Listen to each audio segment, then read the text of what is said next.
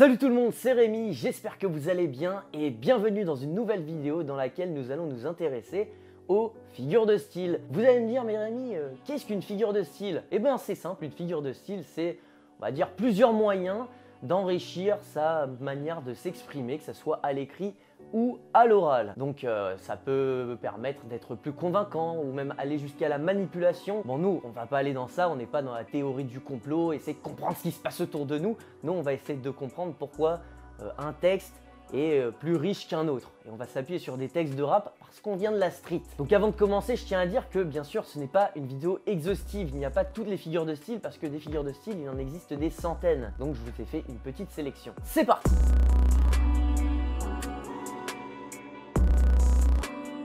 On commence par la comparaison. Elle rapproche deux éléments ayant un ou plusieurs points communs grâce à un outil de comparaison, comme tel, pareil à, semblable à, ressembler à, etc. On considère que la comparaison est l'une des figures de style les plus basiques. Et on a souvent reproché au rappeur Freeze Corleone d'en abuser un petit peu avec ses 347 comparaisons dans son album L'attaque des clones. Dans le complot comme la MBC. Je suis dans le Sud, je fais des SBC, j'arrive chinois comme la HSBC. Je vais vous donner mon avis. Moi, j'aime beaucoup Freeze Corleone. C'est vrai qu'il abuse un petit peu trop des comparaisons, mais je trouve que l'enchaînement de ces comparaisons permet de maintenir un rythme assez régulier et il faut avoir un bon bagage de connaissances pour entrer dans son univers. On passe ensuite à la métaphore. Donc la métaphore, c'est une comparaison sans outil de comparaison. La métaphore étant un rapprochement implicite entre deux éléments, ça demande donc un peu plus d'attention pour bien comprendre une image. C'est dans le béton qu'on pousse, c'est à fleurir qu'on fave.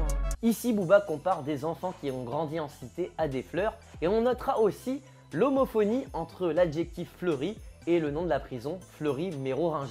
La personnification, elle attribue à un élément inanimé ou un animal des caractéristiques humaines comme la parole, des actions ou des émotions. Le ciel aussi pleure après la dépression, je trouve l'île est précieuse. Aussi, on parle d'animalisation lorsqu'on attribue des caractéristiques animales à un humain ou à un objet. Je m'isole, j'ai trop beau, je m'enfonce dans la savane.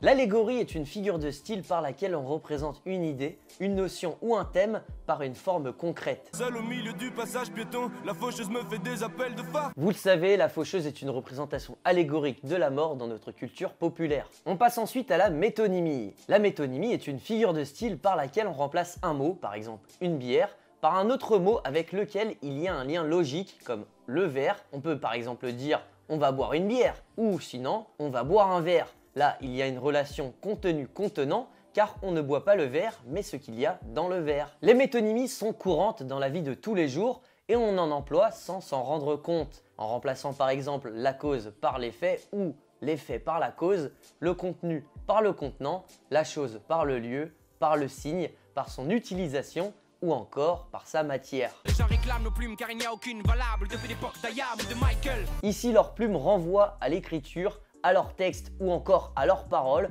Il y a bien un lien logique sous-entendu, c'est donc bien une métonymie. On passe ensuite à la synecdoque. La synecdoque est une métonymie dans laquelle une partie d'un élément sert à désigner le tout ou le tout pour désigner une partie. Quand on dit des voix protestères, c'est une synecdoque car on parle des personnes qui protestent. On désigne une partie pour le tout. On peut aussi désigner le tout pour une partie. Quand je dis le stade chante, ici ce n'est pas le stade qui chante, mais les supporters présents dans le stade. Dans le futur, je suis loin des murs de prison.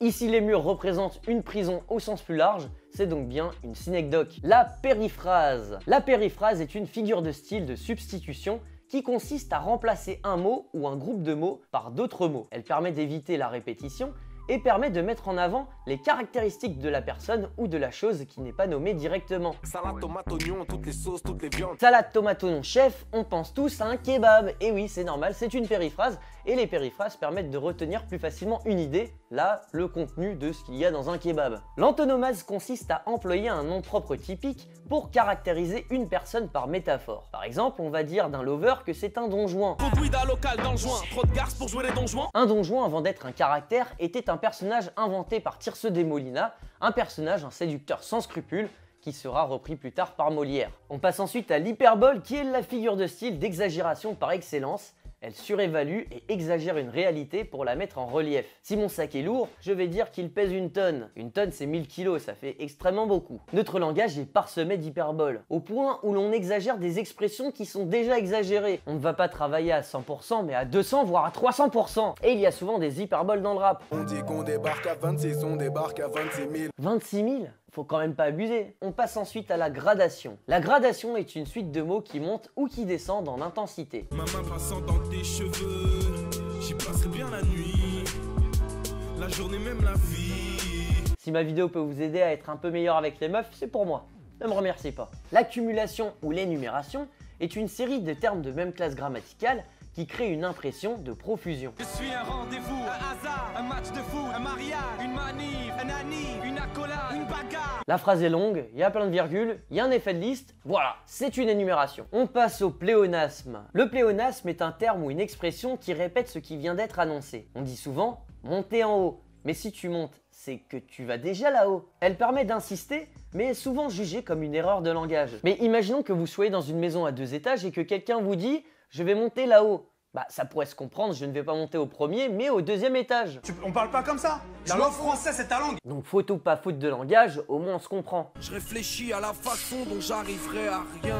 Oui, c'est grave de mourir défunt. Mourir et défunt sont synonymes, il y a donc une répétition de la même idée. On passe ensuite à la litote, qui consiste à dire le moins pour exprimer le plus. Pour exemple, lorsqu'on dit de quelqu'un qu'il n'est pas bête, c'est souvent pour dire qu'il est très intelligent. Cette année il reste ici, il était au bled l'année dernière et comme son père et le voisin de mon père, c'est pas un milliardaire. Donc lorsqu'il dit que c'est pas un milliardaire, c'est pour dire qu'il est très pauvre. L'euphémisme est l'atténuation dans l'expression de certaines idées ou de certains faits dont la crudité aurait quelque chose de brutal ou de déplaisant. Pour annoncer la mort de quelqu'un, on va souvent dire qu'il s'en est allé, afin d'éviter d'annoncer brutalement la mort de cette personne. Je parle du quotidien, écoute bien, mes phrases font pas rire. Ces phrases ne font pas rire, au contraire elles font pleurer, elles attristent car ils racontent un quotidien difficile. On passe à la prétérition. La prétérition est une figure de style par laquelle on feint de ne pas vouloir parler d'un sujet pour en parler quand même. Les politiciens usent souvent de cette figure de style afin de faire passer leurs idées pour des évidences, mais des évidences que l'on souhaite quand même remettre sur la table. C'est une figure de style qui me fera toujours rire. On dit qu'on ne va pas dire quelque chose pour le dire juste après. Trop souvent verbalisé, vos patrouilles font baliser. Vous n'êtes pas tous dans le même sac, je ne vais pas généraliser. Vous aimez casser les valseuses pour un petit pilon. Bon, dans ce cas-là, c'est quand même vachement bizarre. Tunisano dit qu'il veut pas généraliser, mais il passe tout son texte à le faire. Donc bon, c'est quand même vachement problématique. On passe à l'anaphore. L'anaphore est une répétition d'un même mot ou groupe de mots en début de phrase ou de vers. C'est une figure de style qui donne une impression d'insistance, de symétrie et renforce un propos. Un peu d'oseille, un peu de toi, un peu de haine, un peu de joie, un peu de haine, un peu de moi, un peu de peine, un peu d'émoi. On a aussi l'épiphore qui est l'opposé de l'anaphore, c'est-à-dire une répétition d'un même mot ou groupe de mots en fin de phrase ou de vers. Je suis né seul et je mourrai seul, j'ai besoin de personne. Quand je suis en galère et que j'aimerais qu'on m'aide à personne. De toute façon je demanderai jamais rien à personne. J'ai mon cœur, ma tête, mes jambes, mes bras, j'ai besoin de personne. Et il existe aussi la symploque qui est une combinaison d'anaphore et d'épiphore. Tu veux frimer, tu veux test, garde la paix. Depuis le crime pèse, zéro défait, garde la paix. Je veux que tu viennes rapper gratos, garde la paix. On passe à l'anadiplose. L'anadiplose est une figure de style consistant en la reprise du dernier mot d'une proposition à l'initiale de la proposition qui suit afin de marquer la liaison entre les deux. L'argent ne fait pas le bonheur, bonheur rempli par l'assiette. On passe à l'allitération et l'assonance. Une allitération est une répétition d'un même son produit par des consonnes, alors qu'une assonance est une répétition d'un même son produit par des voyelles. L'allitération et l'assonance peuvent s'interpréter d'une certaine manière selon le sens du texte. Qui dit tempête te dit tonnerre et toi ta tête est bétonnée. Mais tout en bas de ta tourelle t'entendras des tourterelles. Des textos, je m'entête quand on teste trop. T'empêches la pesto, j'encaisse chef du resto. De Cristo Cuisto, je rajoute un zeste de pesto. Un calembour est un jeu de mots qui repose sur des sons similaires, la paranomase, ou identiques, l'homophone. L'homophonie est un mot ou groupe de mots qui se prononce de la même manière qu'un autre. Pour la paranomie, les mots se prononcent presque de la même manière. Cela permet de faire des jeux de mots et de créer de la musicalité. Tu peux pas rivaliser, on va te dévaliser. Te déraciner, te décalciner. Pour changer de vie, il suffit d'un choix. Parfois, faut fuir les grandes villes où personne ne vit la joie. Ici, on voit bien le lien entre ceux qui fuient les grandes villes et le calembour villageois. Là, c'est magnifique, Mais bien sûr, il faut pas trop en abuser parce que ça peut vite tourner au ridicule. Je suis dans le quartier, lunettes quartier. Là par exemple, ici rien n'est amené, on fait rimer deux homophones. Personnellement, je trouve ça un peu pauvre. Moi, personnellement, j'aime pas, mais bien sûr, on pourrait dire que voilà, il y a un lien entre le fait de quitter le quartier et gravir l'échelle sociale avec les lunettes quartier. Voilà, chacun se fera son avis. Personnellement, je trouve que c'est de la merde. On passe ensuite à l'homéotéleute. L'homéotéleute consiste à rapprocher deux ou plusieurs mots par des sonorités finales syllabiques identiques. Tu es comme un rat mort, libéré hardcore, petit prince du hardcore. Donc vous l'avez bien compris, Booba rapproche les mots mort, tort et hardcore en répétant cette même sonorité. On passe ensuite à l'antanaclase et à la syllèpse de sens. L'antanaclase consiste à utiliser deux fois le même mot dans une phrase en lui donnant deux sens différents. On joue ainsi sur la polysémie des mots. La conclusion que je donne à cette analyse est que leur seule devise reste la devise. Le mot devise signifie des paroles prononcées, mais aussi de la monnaie. Alors qu'avec la syllèpse de sens, on emploie un seul mot à la fois dans son sens propre et dans son sens figuré. Ces deux variantes ont souvent pour but de créer un effet comique. J'écris des textes tirés par les cheveux comme ta meuf en levrette. L'antithèse. L'antithèse est une figure de style qui consiste à rapprocher dans une phrase ou un paragraphe deux mots qui évoquent des idées contradictoires.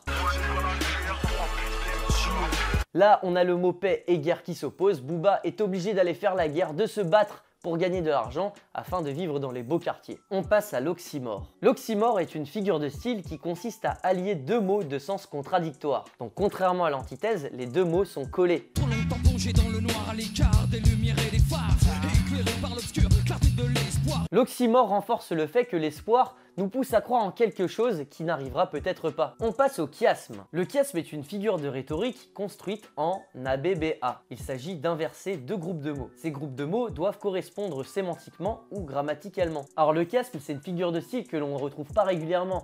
On en voit parfois chez Victor Hugo, mais la dernière fois je me suis fait la réflexion, j'étais au concert de Caris, je me suis dit putain, Caris fait des chiasmes. Je suis capable du meilleur, comme du pire. Et c'est dans le pire que je suis le meilleur. Bon, j'avoue, celle-là, il l'a pompé à Coluche. Depuis la cour au couloir, j'ai dû courir pour tout avoir. Je sais que le pouvoir de l'amour n'est rien face à l'amour du pouvoir. Caris est peut-être l'un des descendants spirituels de Victor Hugo. On passe ensuite au parallélisme. Le parallélisme consiste à répéter la même structure de phrase au sein d'un énoncé de façon symétrique. Morale fissurée comme un pare-brise, certains disent que la vie coûte cher et moi je qu'elle n'a pas de prix. Enfin voilà, on va s'arrêter là. J'espère que cette vidéo vous aura plu. Si c'est le cas, n'hésitez pas à mettre un petit like, à me dire dans les commentaires si vous avez kiffé ou non, et à vous abonner si ce n'est pas déjà fait. Voilà, des figures de style, il en existe des centaines et des centaines. Et voilà, on peut pas tout faire dans une vidéo, il faut bien qu'elle soit digeste. Mais si vous voulez que je vous fasse découvrir d'autres figures de style peut-être plus obscures dans une autre vidéo, vraiment, n'hésitez pas à me le dire. Aussi, n'hésitez pas à me donner dans les commentaires votre punchline de rap préféré. Je n'hésiterai pas à dire que c'est de la merde, mais de manière détaillée. Voilà, c'était Rémi. Ciao.